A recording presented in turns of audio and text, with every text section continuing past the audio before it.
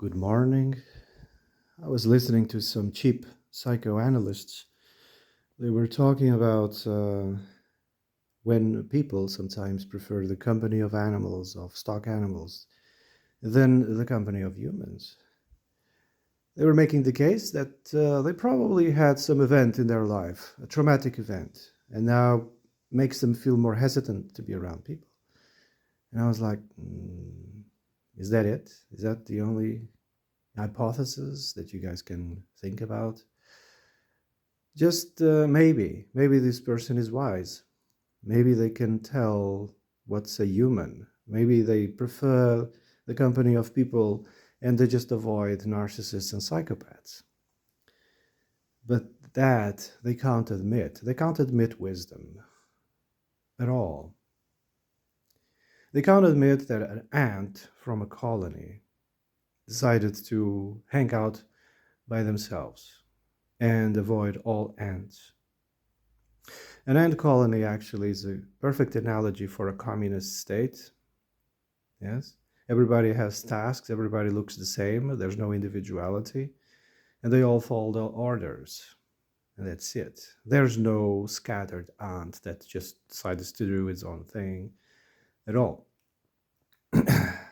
In their minds, when they see someone who avoids people and rather, becomes creative, rather prefers the company of their paintings, poems, art, or rather the company of their pets, and just avoids people altogether. They just can't understand it because they think in collective terms.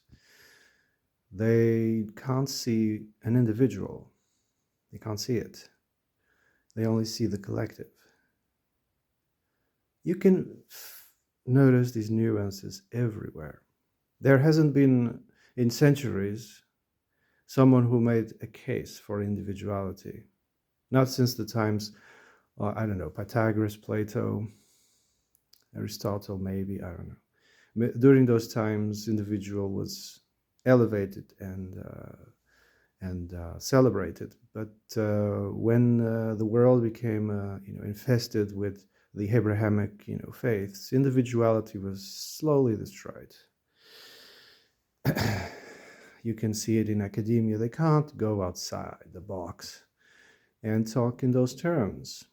Maybe this person is wise. They know the difference between a normal person and a narcissist, and they just prefer animals because animals are neutral.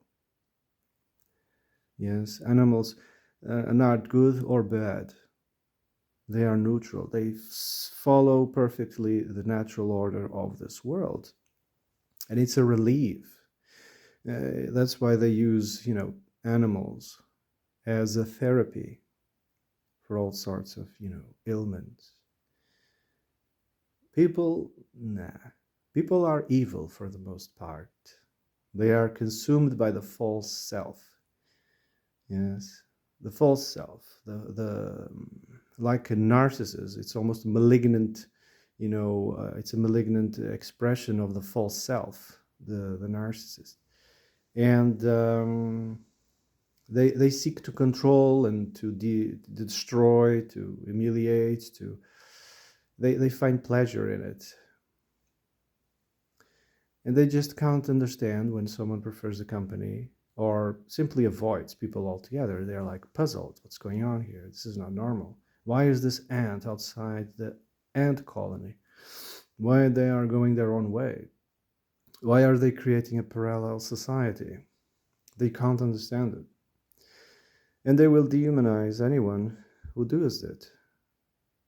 In academia, they will never acknowledge it. They will say, oh, it's some sort of trauma.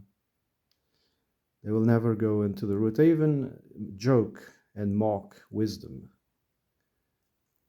knowing the difference, the nuances. Wisdom. But anyway, tell me what you guys think. Have a nice day.